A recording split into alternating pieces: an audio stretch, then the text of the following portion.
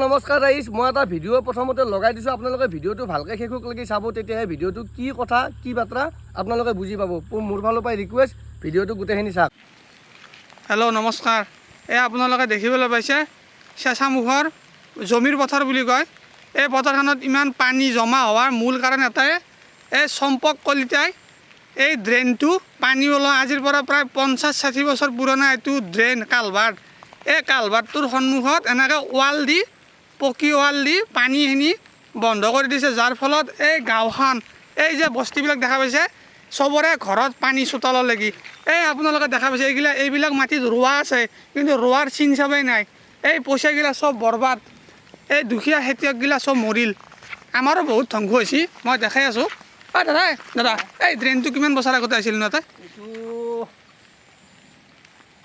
40-45 বছৰ কম ন? এইটো কামটো কোনে কৰিছে হানি?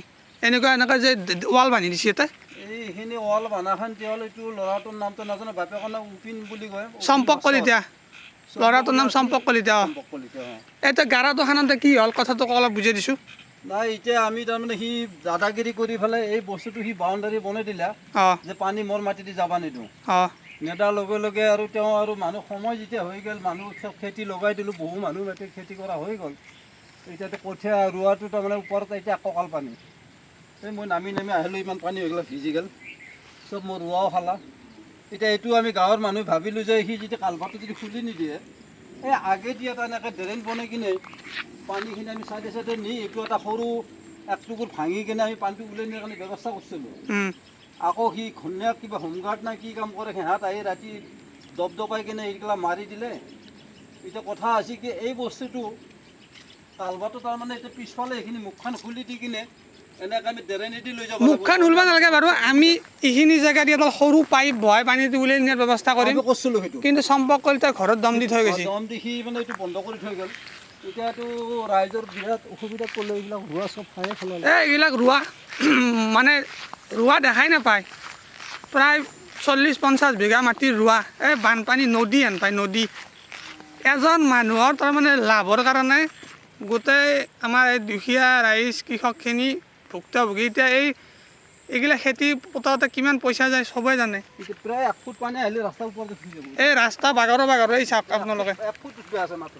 আৰু যদি 1 ফুট উঠে এই ৰাস্তা বাগৰ, ইফালে ইমান পানী, কিন্তু ইফালে দোৱা পথাৰখনত পানী অলপো নাই, অলপো পানী নাই।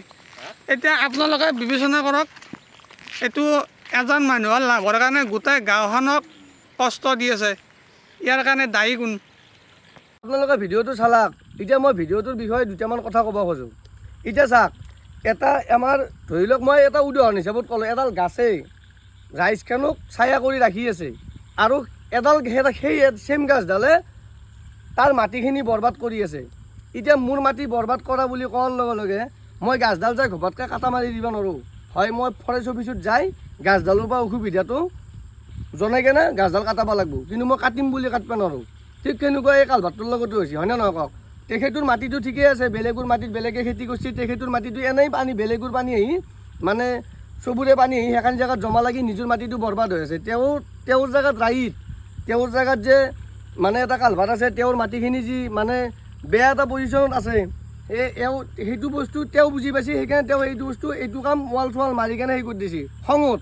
কিন্তু বস্তুটো খঙত কৰা কাম নহয়, সেইটো কাম কৰিব লাগিছিল কেনেকুৱাকৈ, তেওঁ চাৰ্কল অফিচত যাব লাগে, যাই এখন নটিচ দিব লাগে যে এই কালভাৰটোৰ পৰাই মোৰ মাটিখিনি মানে ধৰি লওক এনেকুৱা ভেলুলেছ হৈ আছে, মই এই কালভাৰটো এইখিনি জেগাৰ পৰাই ছাইড কৰি দিলে মোৰ ভাল। সেনেকুৱাকৈ এখন যদি নটিচ দি কেনে কালভাৰটো যদি সেনেকুৱা কৰিলাক হয়, তেতিয়াহ'লে তেওঁ ৰাইজত থাকিলাক হয়। তেওঁ সেইটো কাম কৰিছেতো ঠিকেই আছে, মই হয়তো নাজানো। এতিয়া কথাটো হ'ল, যদি সেইটো কাম তেওঁ কৰা নাই, চাৰ্কল অফিচত যাই কেনে তেওঁ যদি নটিচখন দিয়া নাই, এনেই ৱালখন বনাই দিছে, তেতিয়াহ'লে তেওঁৰ ৰাইট নাই। তেওঁ যিহেতুকে চব দুখীয়া ৰাইজ তাতে খেতি কৰিছে, ধান পুতিছে, সেইখিনি ৰাইজৰ গোটেইখিনি খেতিৰ টকা এনেই অথলে যাব যদি পানীটো বহুত টাইম থাকে। সেইকাৰণে ক'লোঁ কি, যদি পাৰে যাৰ মাটিটো মই নাজানো, তেখেতক মই পাৰ্চনেলি চিনি নাপাওঁ, তেখেতক মোৰ ফালৰ পৰা অনুৰোধ বা আমাৰ ৰাইজৰ ফালৰ পৰা অনুৰোধ, তেখেতে যাতে এই কালভাৰটোৰ মুখখন খুলি দিয়ে, নহ'লে এই দুখীয়া ৰাইজখিনি মৰি থাকিব। নিজৰ এনে ইমান আজিকালি টকা পইচাৰ টান, তাৰে মাজতে খেতি কৰিছে, আৰু এইটো দুখ তেওঁ বুজি পোৱাটো উচিত। সেইকাৰণে মই ভিডিঅ'টো বনাই দিলোঁ। আৰু যদি ভিডিঅ'টো আপোনালোকৰ ভাল লাগছে, তেতিয়াহ'লে আপোনালোকে শ্বেয়াৰ কৰি দিয়ক, যাতে ভিডিঅ'টো কোনোবা ওপৰ মহলাৰ কাণত পৰক। তো আজিলৈ ইমানে, ধন্যবাদ। জয় অসম, টাটা, বাই বাই।